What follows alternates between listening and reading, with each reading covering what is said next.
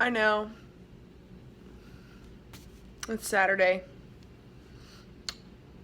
Definitely need a shower, but wanted to do a little video for you guys. I was just thinking actually about the way that ENFJs do things in a calculated way, how we do things that we think will make us happy. And everything that we do is so that we can then become happy. And maybe this is obvious, maybe every type does this, but what I'm thinking about specifically about ENFJs is that I think that there are a lot of times that we could be more authentic than we actually are because we feel like being authentic would not make us happy. And I think about the times when I say, I'm fine, or yeah, that sounds like fun, or like, oh, okay, that's fine. Like, I think about all the ways that I do that, and I pick my battles, that's for sure. Like, it's not like I'm always like, yeah, that's fine, that's fine, that's fine, like when I'm not fine. Like, I honestly hate when people are like that. But there are times when you have to do it. Like, if your boss tells you that you have to do something, or like if your mom does, I don't know, like for ENFJs, I think that if a person that we respect or that we love or that we need their approval of or that we want their support of, it's harder to be 100% authentic around. And by authentic, I don't mean like that we lie, but I think that okay, like an ENFJ, I think that it would serve us better. We should think about the way that if we are wanting to act in a way that makes us happy, sometimes saying things that would kind of make us sound like an asshole might actually make us more happy. And I'm not saying that we should be an asshole, but like, for example, like let's say you went on a date one time and then the guy asks you and asks if you want to hang out again. Do you say, hey, sure, that sounds fine, just let me know? Or do you say, yeah, I'd like to, but I'm pretty busy next week, so I'll keep you posted in a couple weeks? Or do you say, C, not respond? Or do you say, D, no, I actually didn't find you as physically attractive as I thought I did? Now, okay, that's kind of extreme. Like, I would never say something like that because it could hurt someone. And I think that sometimes ENFJs get in this trap where, like, do I want to say the authentic thing or do I want to say the thing that won't hurt someone? And for ENFJs, we want to be taking actions that are going to make us the most happy and also create the most happy environment and the most happy world. And I guess what I'm trying to say is that sometimes your first instinct isn't going to be the thing that makes you the happiest. So saying, sure, haha, I'll let you know, might not make you the happiest because you might feel bad, like wondering, do I want to see them again? Do I not? I don't know, like they seem like a good person, but I'm not sure if I'm into him that way. Or, oh, like, I'm busy, like, and I'm just trying to say that, like, being not attracted to someone or having other priorities or, like, having another reason or whatever, that's not bad. And you're validated to have that feeling.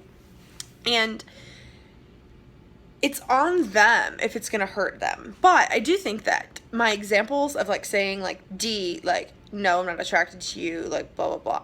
Like, you could frame it in a nicer way, and I just challenge you all to try and see if you can be authentic while also being kind to the other person and also honoring yourself. This is a dichotomy that ENFJs feel a lot, is I can honor myself and what I feel, or I can honor them. And I think that this is how, like, the stereotype of ENFJs being kind of manipulative and can kind of have outbursts. I think it's because a lot of times we are always thinking of being kind to the other person more so than honoring our own authentic emotion, whenever our authentic emotion might not be so flattering, might not put us in the best light, might make us feel like kind of like an asshole. I think that we will sort of do something over and over like, yeah, it's fine, until it's not fine, until you're like, fuck you, don't you dare ever treat me like this ever again. Like, then we like kind of explode because we don't honor those things. And so I think that we need to think, if we're using extroverted feeling as our first function and we are really using it as, I want to do the action that will give me the output of harmony, we have to really think about, like, is our process working? Is this achieving harmony? And figure out in your life, are the actions that you're taking actually helping you get to that point of harmony and get to is it possible to honor them and yourself? And so an example in that situation, you could choose E, since I already went down to D. You could say, hey, thanks for asking. I enjoyed hanging out with you that one time. I don't think that, gosh, that's even hard for me to like even give an example. I don't think that we,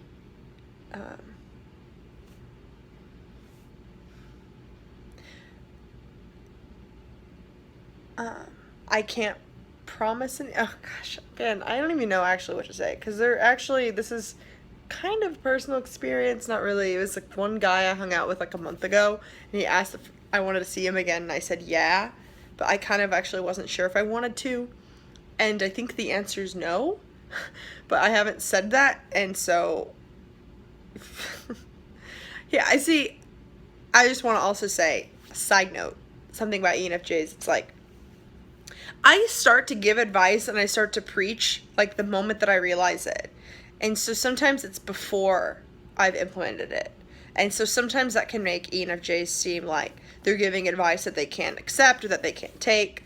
And it can also make ENFJs seem really preachy or like holier than thou or in other ways. But it's almost like I discover the truth, like, yeah, I should be saying what I feel.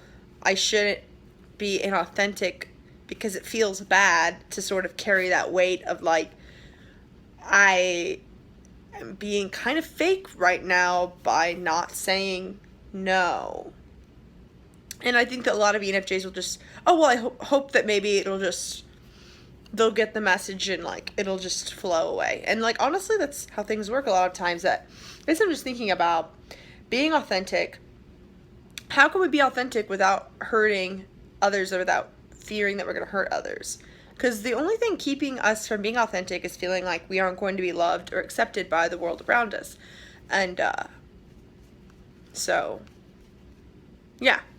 Try and think about that whenever you're interacting with people. How can you honor your authentic feeling and frame it in a way that is kind? And you don't have to necessarily say something. Okay, fuck. I was about to say, if you don't say something if you feel like it's going to hurt someone, but that's actually not true. I think the reverse is true, where if you think of something in your head that might make someone happy, say it.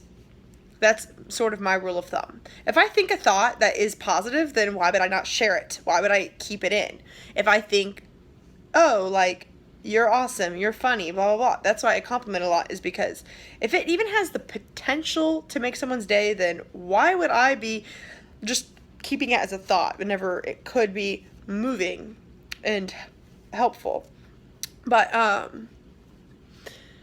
guess with bad things, it's like, you don't want to say something that is going to make someone feel bad unless it is actually productive. And okay, this is getting into a whole other topic where I feel like I don't actually have the thoughts in my head to explain this. Because what does that even mean, to be productive in making someone feel bad? You shouldn't say something. If you have to weigh the fact of, oh, is this going to make someone feel bad, and is that even worth it? Because on the one hand, like, it's kind of up to them. Like, if you were to say, no, thank you, I don't want to hang out with you again, like, it is completely up to them if they're like, oh no, I'm unworthy. What did I do wrong? Like, if they're doing that, that's not on you. That's on them. But if you say, I think you're ugly as fuck, so no, then that's mean. That is not going to work. Okay? Like, so, and that's also not authentic either, because that's just like trying to get a rise out of someone, or I don't know. But yeah, so I don't have all the answers. I'm just thinking about authenticity and about people, and I'm thinking about how, as an ENFJ, I do this. I'm thinking about the dichotomy within myself, wanting to be more authentic, wanting to